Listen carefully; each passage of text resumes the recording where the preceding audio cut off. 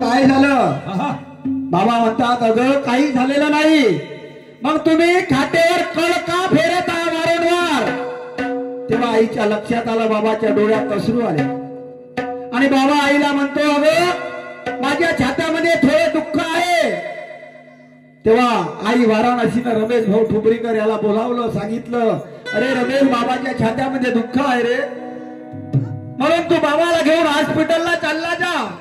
रमेशनं बाबाला रिक्षा बोलावला. आई वाराणसी आणि रमेश भाऊ ठुबरीकर मान त्यागी बाबा जुमदेवजीला घेऊन हॉस्पिटल मध्ये गेले आणि हॉस्पिटल मध्ये गेल्यानंतर डॉक्टरने तपासणी केली आणि सांगितलं हे बाबाला अशा ठिकाणी दुःख आहे की व्यक्ती वाचू शकत नाही. बाबा कसे का वाचले, 2-4 दिवस झाले म्हणून सांगत आहे. आणि तेव्हा महानत्यागी बाबांना म्हटलं की मला बाबाला कळलं की माझं आयुष्य संपलं असं बाबाला लक्षात आलं आणि बाबांना सांगितलं रमेशला, अरे रमेश भवनामध्ये सर्व सेवकाला बोलाव आणि मला सेवकासोबत बोलायचं आहे. आणि भवनामध्ये मीटिंग घेतली. महात्यागी बाबा जुमदेवजीला घेऊन आई वाराणसी आणि रमेश भाऊ भवनामध्ये गेले आणि चर्चा बैठकीला सुरुवात झाली आणि बाबाच्या मुखातून शब्द निघाले की मी जास्त काळ तुमच्या सोबत राहू शकणार नाही. आईच्या डोळ्याला अश्रूच्या धारा आल्या.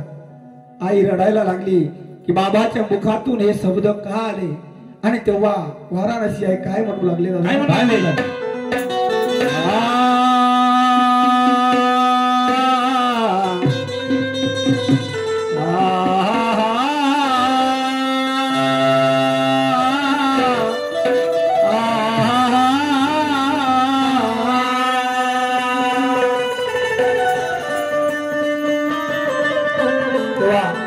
काय म्हणते गंगाधर भाऊ, काय म्हणते, सोन्या मोत्याची माळ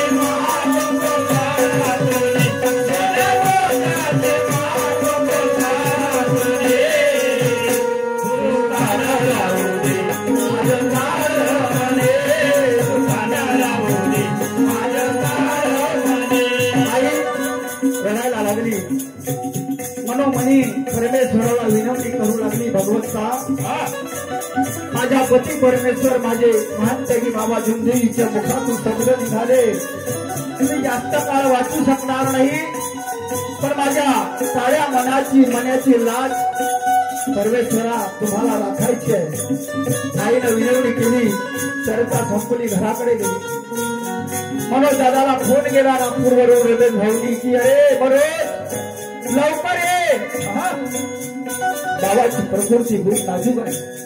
आणि रमेश भाऊ फोन केला आणि मनोज दादा अमेरिकेवरून आले, बाबाचा मुलगा, आणि बाबाला घेऊन अमेरिकेला निघून गेले. आई सुद्धा सोबत गेली आणि अमेरिकेला जाईपर्यंत आईच्या डोळ्याची अश्रू थांबली आहे. तेव्हा काय म्हणते,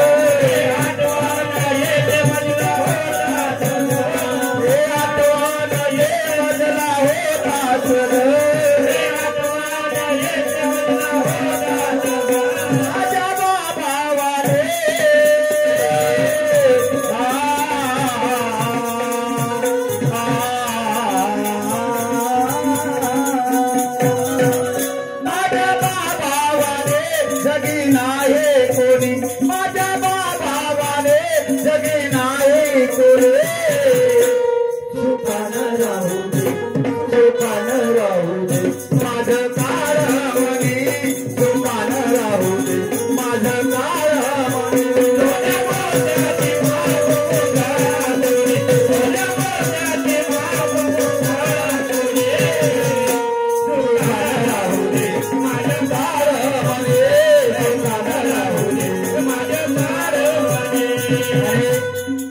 बाबाला अमेरिकेला नेल्यानंतर मोठ्या हॉस्पिटलमध्ये मानव दादाने बाबाच्या मुलांनी भरती केलं आणि भरती केल्यानंतर बाबाच्या छातावर शस्त्रक्रिया सुरू झाली नड्या वड्या सर्व ऑक्सिजन लावलं दादा आणि आई ताराच्या खिडकीतून पाहू लागली आणि बाबाची प्रकृती पाहून आईच्या डोळ्याला खूप अश्रूच्या धारा आल्या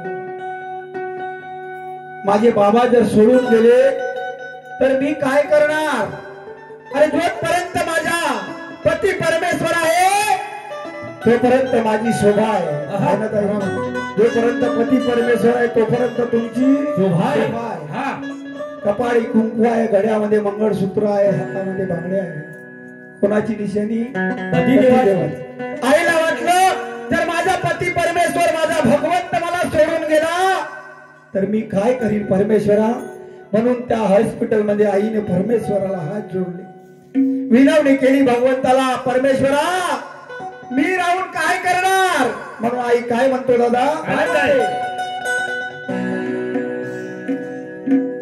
अरे विसवा चा विसवनायका आई वाराणसी परमेश्वरासोबत भांडण करत आहे तू सर्वांचा न्याय केला परमेश्वरा आजपर्यंत सर्वाला न्याय दिला आज माझी वेळ आहे भगवंता माझ्या बाबावर एवढे मोठे दुःख आहे मग तू आज माझा न्याय करून दे म्हणून आई काय म्हणते दादा काय म्हणते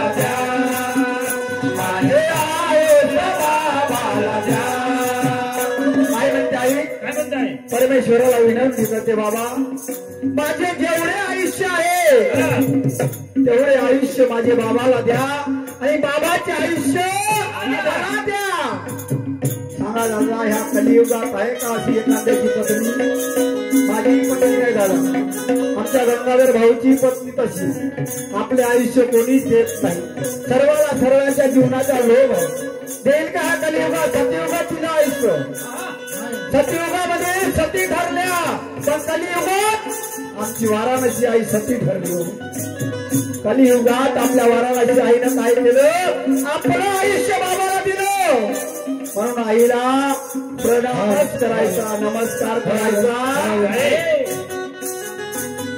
आईनं आयुष्य दिलं नसतं 27 दिवस 3 महिने 6 वर्ष आई बाबा आपल्या सोबत राहिले म्हणून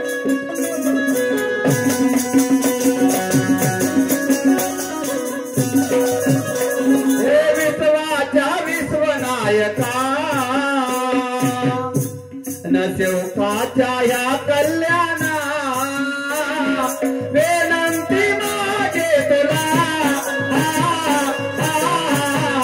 माझे आयुष्य बाबाला द्या माझे बाबाला द्या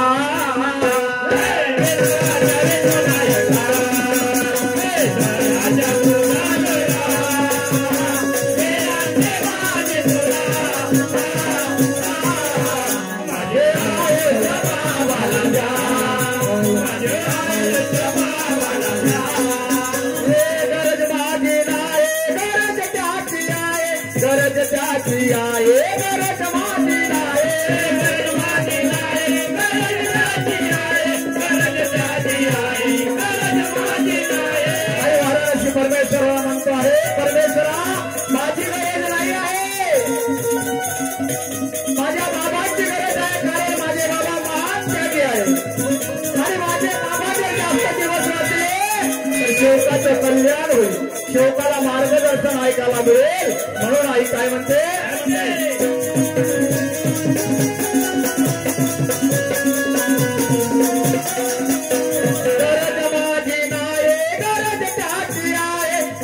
त्याची आहे गरज माझी आहे, गरज माझी आहे, गरज त्याची आहे, गरज त्याची आहे, गरज माझी आहे. विश्वाच्या विश्वनायका विनंती माझी तुला,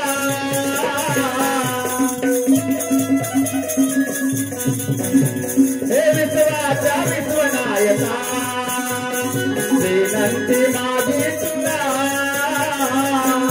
काय म्हणते आई, विनंती करतो परमेश्वरा माझ्या विनंतीला धावून यावं. आणि आज जर तुम्ही माझ्या विनंतीला धावून आले आहे परमेश्वरा मी परमेश्वर आहे असं कसं मानेल. आईचे शब्द मी परमेश्वर आहे हे कसं मानेल. कारण आज माझ्यावर दुःखाचा डोंगर आहे परमेश्वरा, माझ्या हाताला तुम्हाला धावून यावे लागेल. आणि काय झालं पा,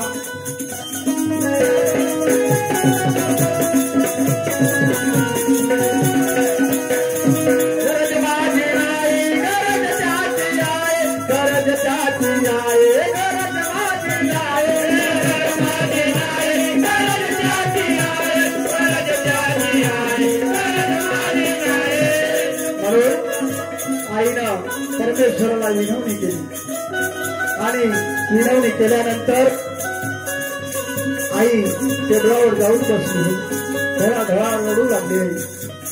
माझे बाबा जर मला सोडून गेले तर मी काय करणार. आणि पाहता पाहता पाहता पाहता बाबाची प्रकृती ठीक व्हायला लागली. हो बाबाची प्रकृती ठीक व्हायला लागली. काही दिवसांनी बाबा दुरुस्त व्हायला लागले. आई रडता रडता काय म्हणत आहे दादा, काय म्हणताय,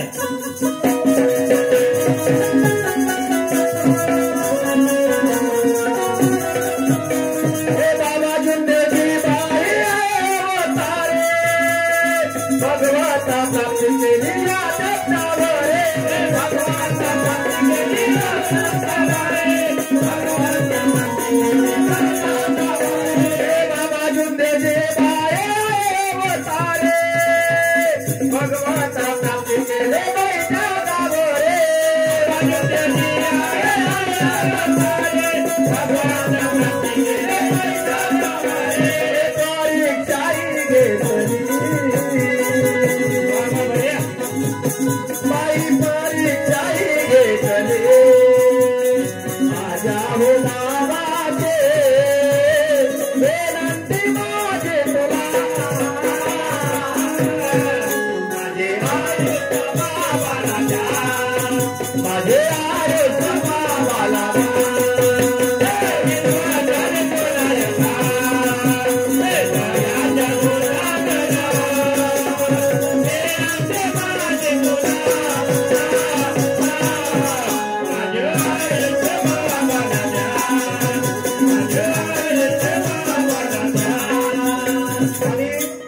परमेश्वराने आईचं ऐकलं जसं आमचं ऐकतो परमेश्वर. ऐकतो ना, ऐकतो का काही परमेश्वर ऐकतो नाही ऐकत, यायचं ऐकत नाही, आमचं ऐकतो.